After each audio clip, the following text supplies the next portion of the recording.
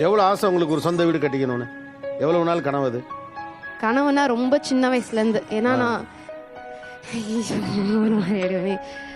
சின்ன வயசுல இருந்தே அது ஒரு கனவு. ஏன்னா வீடே இல்லாமலாமும் சில மாசங்கள் இருந்திருக்கோம் நாங்க. அது அட்ரஸே வந்து வேற ஒருத்தவங்க வீட்டில் ஸ்டே பண்ணி படிச்சனால அவங்க வீட்டு அட்ரஸ் போட்டு ஐடி கார்டு வாங்கின கதையெல்லாம் இருக்கு. ஏன்னா நம்ம வீடுன்னு ஒரு அட்ரஸே இருக்காது, அந்த மாதிரிலாம் இருந்திருக்கு. நமக்கு வந்து நல்ல வாடகை வீடு கிடைச்சிட்டா சூப்பர்ன்ற நிலைமை தாண்டி இன்னைக்கு நம்மளோட பூமியில நம்ம இருக்கோம், கீழே இருந்து வானம் வரைக்கும் இது நம்மளோட இடம் அப்படின்னு நினைச்ச ஒரு வீடு கட்டது ரொம்ப சந்தோஷம்.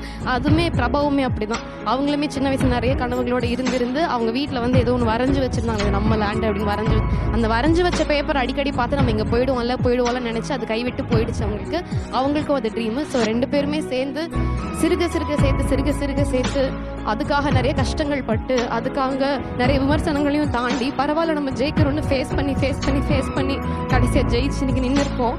நேற்று தான் கிரகப்பிரவேசம் முடிச்சோம். நேற்று நைட் அந்த வீட்டில் தூங்கியே ஆகணும்னு சொன்னாங்க. தூங்கிட்டு இன்னைக்கு காலையில் அப்படியே இந்த ஷோக்கு நாங்கள் காலையில் கிரகப்பிரவேசம் அன்னைக்கு இந்த வீட்டில் தூங்கணுமாங்க. இத்தனை ஆண்டு கால கனவு. ஓகே, இவ்வளோ அவமானங்கள் கஷ்டங்கள்லாம் கடந்து உங்கள் பூமி நீங்கள் சொன்னது எனக்கு அழகாக தெரிஞ்சது. கீழே பூமியிலேருந்து வானம் வரைக்கும் நம்மோட்டு தான் அப்படிங்கிற அந்த ஃபீல் இருக்குல்ல. நீங்கள் தூங்கி எந்திரிச்சு பார்த்தா விடிஞ்சு பார்த்தா நீங்கள் உங்கள் சொந்த வீட்டில் படுத்துருக்கீங்க. எப்படி இருந்தது அந்த ஃபீல்? அந்த சூரிய கதிர்களே அந்த ஜன்னலோட கோடு இருக்கும்ல, அந்த கோடை தாண்டி அந்த ஷேடோ அந்த செவுத்துல வந்து பட்டுருந்தது. அந்த கதிரே வந்து நமக்கான கதிர் மாதிரி ஒரு ஃபீல் ஆச்சு.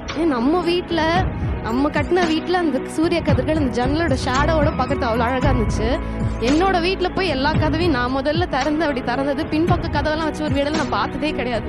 ஐ மீன் வாழ்ந்ததே கிடையாது. நாங்கள் அதெல்லாம் போய் ஓப்பன் பண்ணும்போது அவ்வளோ மனசுக்கு நிறைவாக இருந்துச்சு. அதெல்லாம் நிஜமாக ரொம்ப ரொம்ப சந்தோஷமாக இருந்தது.